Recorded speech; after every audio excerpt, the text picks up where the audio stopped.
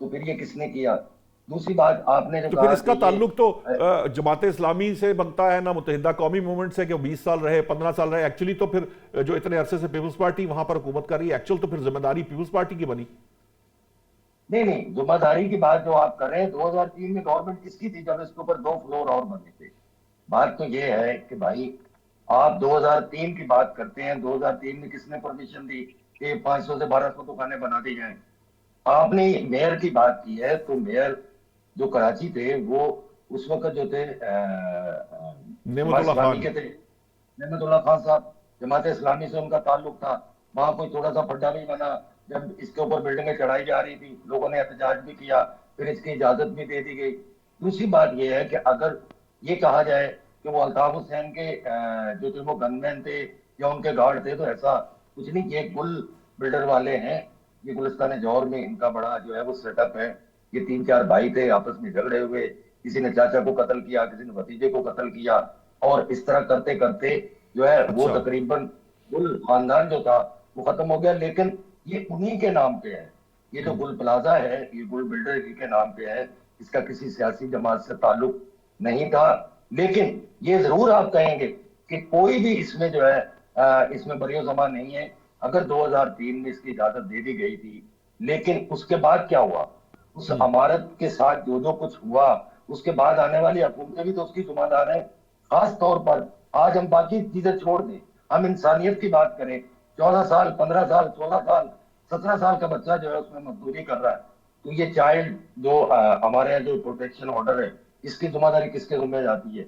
آج ہم صرف اور صرف اپنے گناہ دھونے کے لیے دوسرے کے کھاتے میں سب کو ڈال لیں. ذمہ داری سب کی بنتی ہے. پیپلز پارٹی 17 سال سے حکومت کر رہی ہے.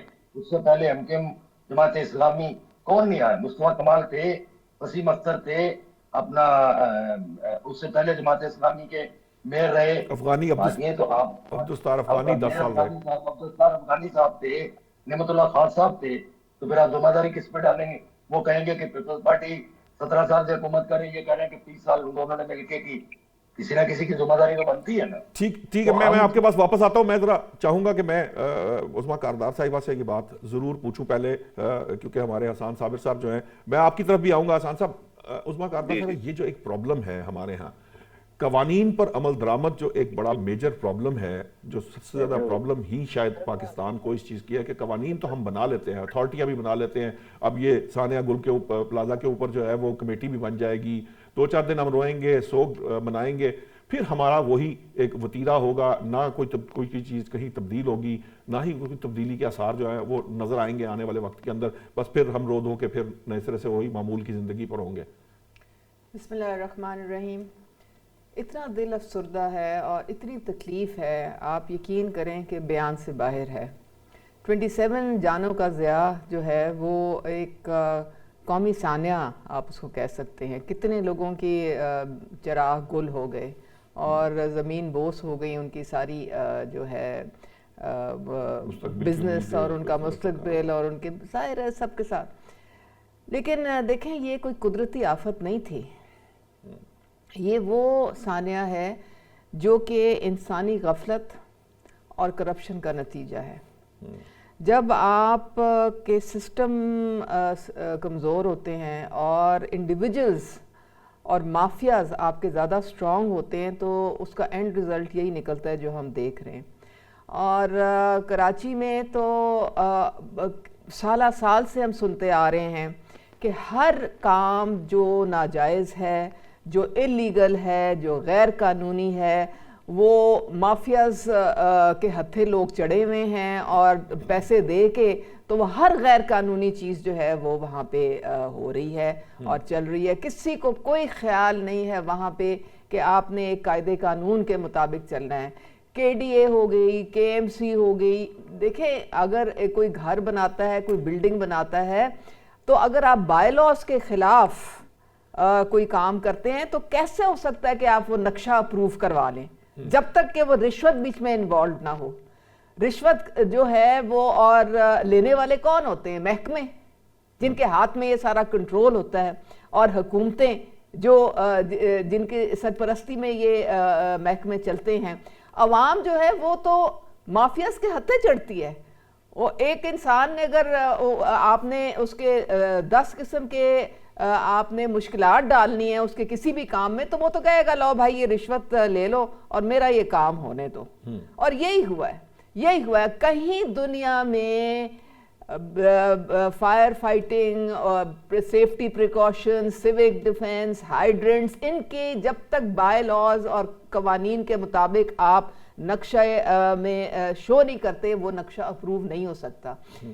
ایل ڈی اے میں دیکھیں، آپ جا کے ذرا کروا کے دکھائیں مجھے کہ کوئی بھی بلڈنگ بننے سے پہلے جس میں یہ ساری جو قوانین کے مطابق سیفٹی پریکاشنز جو ہیں جب تک آپ نہیں وہاں پہ ڈالیں گے آپ کا نقشہ نہیں پاس ہوگا. لیکن اس بات حفیظ سینٹر میں بھی آگ لگی، پیس میں بھی آگ لگی، یہ ایل ڈی اے پلازا کی آگ میں آپ کو بات بتاتی ہوں. دیکھیں وہاں پہ آگ تو لگی. میں سوال سن لیجئے پھر ذرا تھوڑا بہتر لگی. لیکن کیا آپ سمجھتے ہیں کہ آج بھی پنجاب کے اندر جو بلند و بالا عمارتیں ہیں یا جو عمارتیں یہاں موجود ہیں اس پہ ایکچولی جو ہم ایکسپیکٹ کرتے ہیں کہ کراچی یا سندھ بلڈنگ کنٹرول اتھارٹی یا جو بھی کوئی ذمہ دار ہے وہ جو چیک رکھے، کیا ہمارے ہاں وہ چیک موجود ہے؟ کیا ہم آئندہ کے کسی سانے سے بچ سکتے ہیں؟ دیکھیں بالکل یہاں پہ بہت سختی ہے اور شارٹ سرکٹنگ تو ہو سکتی ہے، ٹھیک ہے، وہ ایک حادثہ ہو سکتا ہے. لیکن اب گل پلازا میں 34 ایگزٹس تھے. وہ ایگزٹس کیسے بلاک ہو گئے؟ سارے یکدم سارے بلاک ہو گئے. مطلب آپ ختم کر دی تھی انہوں نے. دیکھیں نا وہ اب آپ اس لیے کیونکہ آپ کی نہ وہ سیڑھیاں تھیں، نہ وہ آپ کی وہ جگہ خالی تھیں، نہ وہاں کوئی ہائیڈرنٹ تھا، کوئی نظام ہی نہیں تھا نا. آپ کو پورا علیحدہ نظام بنانا پڑتا ہے ایویکویشن کے لیے، تبھی اگر آگ لگتی ہے تو لوگ وہاں سے نکلوائے. یہاں پہ جب حفیظ سینٹر میں یا اس میں پلازا تو اتنی کوئی مجھے تو نہیں یاد کہ اس طرح جانوں کا ضیاع ہوا تھا. نقصان بہت ہوا تھا لیکن جس طرح سے ایک لوگ پھنس گئے تھے اور وہ بے بس ہو گئے تھے، وہ جس طرف رخ کرتے تھے وہاں سے ایگزٹ بلاک ہوتا تھا. ایل ڈی اے پلازا کے اندر جو آگ تھی اس کی یہی سچویشن تھی. خیر میں یہ اس پہ بات کرتے ہیں. میں چاہوں گا حسن صاحب جو سوال اٹھ رہا ہے جو عبد القادر پٹیل صاحب نے اٹھایا ہے، اگرچہ کہ میئر شپ کے اندر سے یا یہ چونکہ ہمارے شاہد انجم صاحب جو ہے وہ کہتے ہیں کہ یہ ذمہ داری جو ہے وہ صوبائی حکومت کی ہے سندھ بلڈنگ کنٹرول اتھارٹی کے پرسپیکٹو میں، لیکن وہ بڑی انٹرسٹنگ گفتگو انہوں نے یہ کی کہ آپ ہمارے ساتھ، یہ پہلی بار ہوا ہے کہ آپ ہمارے سندھ حکومت کا حصہ نہیں ہے، ورنہ متحدہ ہمیشہ سے ہمارے ساتھ بیٹھتی رہی ہے. تو جبکہ یہ بات کر رہے ہیں، اگر یہ الزام پیپلز پارٹی پر آئے گا تو یہ ہمارے ساتھ ایم کے ایم پر بھی جائے گا، کیونکہ وہ بھی ہمارا حصہ رہی ہے، ہمیشہ ہمارے ساتھ جو ہے وہاں پر حکومت میں رہے. اور وزیر بلدیات جو اس وقت کے تھے وہ ان کے اوپر کیا ذمہ داری عائد ہوتی ہے؟ اور ایم کے ایم کے تھے یا پیپلز پارٹی کے تھے؟ بسم اللہ الرحمن الرحیم. میں اگر آپ کی اجازت سے شروع کروں کہ انجم صاحب نے جو فرمایا ہے آج کے بلدیاتی قوانین کے مطابق تو وہ بالکل ٹھیک بات ہے، لیکن آپ سب کے علم ہے کہ 2001 میں ایک بلدیاتی نظام رائج ہوا تھا پاکستان میں، جس کو پرویز مشرف صاحب کے دور میں رائج کیا گیا تھا. تو اس میں بلڈنگ کنٹرول اتھارٹیز بھی ایون یہ کہ ڈی پی اوز اور پی پی اوز اور سی پی اوز سب بھی جو ہے وہ میئر کے انڈر میں تھے. اس وقت کا جو قانون ہے وہ اختیار دے رہا تھا صوبائی حکومت سے زیادہ ضلعی حکومتوں کو. تو وہ جب اس وقت کی جو کراچی بلڈنگ کنٹرول اتھارٹی تھی یا ایس بی سی اے کے نیچے آتی تھی تو اس کا اختیار جو ہے وہ میئر کے پاس ہی تھا. دیکھیں اچھا اب یہ صرف ایک تصحیح تھی کہ اس وقت کا قانون جو 2001 سے 2010 تک لاگو رہا، اس کے بعد پھر تمام صوبوں نے اپنے اپنے نئے قوانین بلدیاتی بنائے، جس کے اوپر آج بھی ایم کیو ایم یہ بات کرتی ہے کہ یونیفارمٹی کے ساتھ تھرڈ ٹیئر آف گورنمنٹ کو مضبوط ہونا چاہیے. اور آرٹیکل 148 جو 18ویں ترمیم میں 2010 میں انسرٹ کیا گیا تھا، اس کے تحت پولیٹیکل ایڈمنسٹریٹو اور فائنینشیل جتنے بھی میٹرز ہیں وہ ڈیوالو کر کے لوکل گورنمنٹ کو دے دینے چاہیے، جو کہ ابھی تک نہیں دیے گئے ہیں. یہ والی بات ہو گئی. اچھا یہ جو الزام تراشی ہے، دیکھیے ایم کیو ایم اگر کوئی بات کر رہی ہے تو اس کو الزام دیا جا رہا ہے، لیکن اگر پیپلز پارٹی یہ بات کر رہی ہے تو شاید اس کو کہہ رہے ہیں وہ تاریخ یاد دلا رہے ہیں. ایسا نہیں ہے. پیپلز پارٹی توجہ ہٹانا چاہتی ہے اس اہم ایشو سے، کیونکہ اس میں بہت بڑا جانی اور مالی نقصان ہوا ہے اس گل پلازا کے اندر. ہو گئی ہوگی بھائی، ہو سکتا ہے کہ کوئی غلطی اس وقت کی کسی بھی، چاہے وہ میئر سے ہو گئی ہو چاہے صوبائی حکومت سے ہوئی ہو گئی ہوگی غلطی. تو وہ 2003 سے لے کے 2026 یہ آ گیا، اس 23 سال کے عرصے کے اندر سندھ حکومت کو اگر یہ تمام چیزیں معلوم تھی تو ڈیمولش کر دیتے. قانون اور اختیار تو ان کے پاس تھا، ڈیمولش کر دیتے، نوٹس ہی دے دیتے، کورٹ میں چلے جاتے، ایس بی سی تو ان کے پاس گزشتہ 18 سال سے ان کے پاس وہ کام کر رہی ہے تو اس کے تحت ہی کاروائی کر لیتے. لیکن یہ توجہ ڈائیورٹ کرنی ہے ان کو کہ آج میئر کے پاس جو اختیار ہے, صوبائی حکومت کے پاس جو اختیار ہے, جو پریزنٹیشن جو ہے ان کے پارٹی کے چیئرمین صاحب پریزیڈنٹ ہاؤس کے اندر دیکھ کے بتا رہے ہیں کہ سندھ کے اندر دمکتا جو ہے وہ سندھ ہے. اور احسان صاحب جس مقابلہ وقت کی بات پاکستان کی میں جا رہی ہے کہیں اس دوران وسیم صاحب بھی تو میئر رہ کے گئے, اس وقت تو اختیار میئر کے پاس تھا. تو میئر کے پاس اختیار جس لوکل گورنمنٹ کے تحت تھا اس کے تحت ایس بی سی اس کے کنٹرول میں نہیں آتا تھا. سر میں یہی تو عرض کر رہا ہوں, 2001 سے 2010 کا قانون الگ تھا, 2012 میں نیا قانون 13 میں رائج کیا سندھ حکومت نے, 2015 میں ایم کیو ایم کا دوبارہ میئر آیا جو 2020 تک تھا, جس نے آ کے یہ میڈیا کے سامنے ہی بتایا کہ اختیارات اس کے پاس سے لے لیے گئے سارے. آج میئر کے پاس اختیار اس لیے سندھ کے میئر, کراچی کے میئر کے پاس یا پورے سندھ کے میئر کے پاس ہے کیونکہ صوبائی حکومت ان کے پاس ہے, ان کا لوکل باڈی کا منسٹر بیٹھا ہوا اوپر. یہ سندھ کے اندر ایک الگ راجشاہی ہے, اس کو اس طرح سے سمجھنا چاہیے کہ راجشاہی ہے, اس کو ایک ریاست کے طور پر اس کو ٹریٹ کیا جاتا ہے, اس کو اپنے خاندان کی ریاست تصور کر لیا گیا ہے, کراچی کو محکوم کر لیا گیا ہے, کراچی کو شاید اس کو فتح کرنے کا ارادہ رکھتے ہوئے اس کے اوپر کام ہو رہا ہے. یہ بات لوگوں کو معلوم ہونی چاہیے کہ سندھ کی آبادی ہے 5,59,00,000 اور 5,59,00,000 میں سے 3.5 کروڑ عوام جو ہے وہ کراچی شہر کے اندر رہتی ہے, ہر زبان کے بولنے والی. اس 3.5 کروڑ عوام کے وسائل کا اختیار کس کے پاس ہے؟ وہ ہے سندھ حکومت, وہ ہے جو میئر کراچی. لیکن یہ سوال اگر ہم کریں گے تو وہ ڈائیورٹ کر کے بتائیں گے کہ جی ثانیہ بلدیہ ہوا تھا. بھائی ثانیہ بلدیہ اگر ہوا تھا تو اس کے اوپر لوگوں نے فیس کیا ہے نا کیس کو. وہ ثانیہ بلدیہ بھی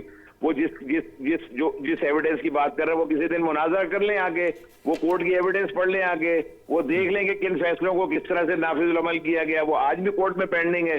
سزا اس وقت تک کمپلیٹ نہیں ہوگی جب تک ان کو ہینگ نہیں کر دیا جائے گا. لیکن ان کی ایویڈنس پڑھ کے بتائیں گے کہاں لکھا ہے کہ دہشت گردی کا واقعہ ہوا ہے یا ایم کیو ایم کے کسی کارکن نے کام کیا ہے, کوئی کیمیکل کے ٹریسز ملے, وہ بات کر لیں. لیکن یہاں اگر ہم بات کر رہے ہیں کہ بھائی گل پلازا کے اندر نیگلیجنس نظر آ رہی, تو اس نیگلیجنس کا ذمہ دار بننا پیپلز پارٹی کو پسند نہیں آ رہا, کیونکہ ساری میڈیا پر اگر بات کرنے کے لیے ان سے سوال کرنے کے لیے بات کی جا رہی ہے تو وہ اس بات کو پسند نہیں ہے, ڈائیورٹ کر رہے ہیں.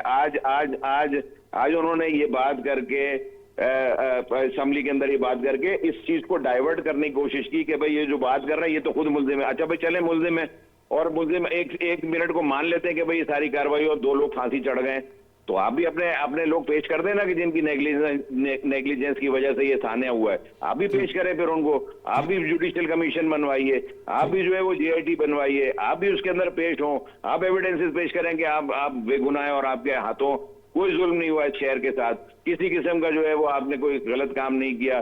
یہ اگر یہ گل پلازا جو ہے وہ غیر قانونی طور پر 2 منزلیں تعمیر ہوئے تو آپ سو رہے تھے کیا؟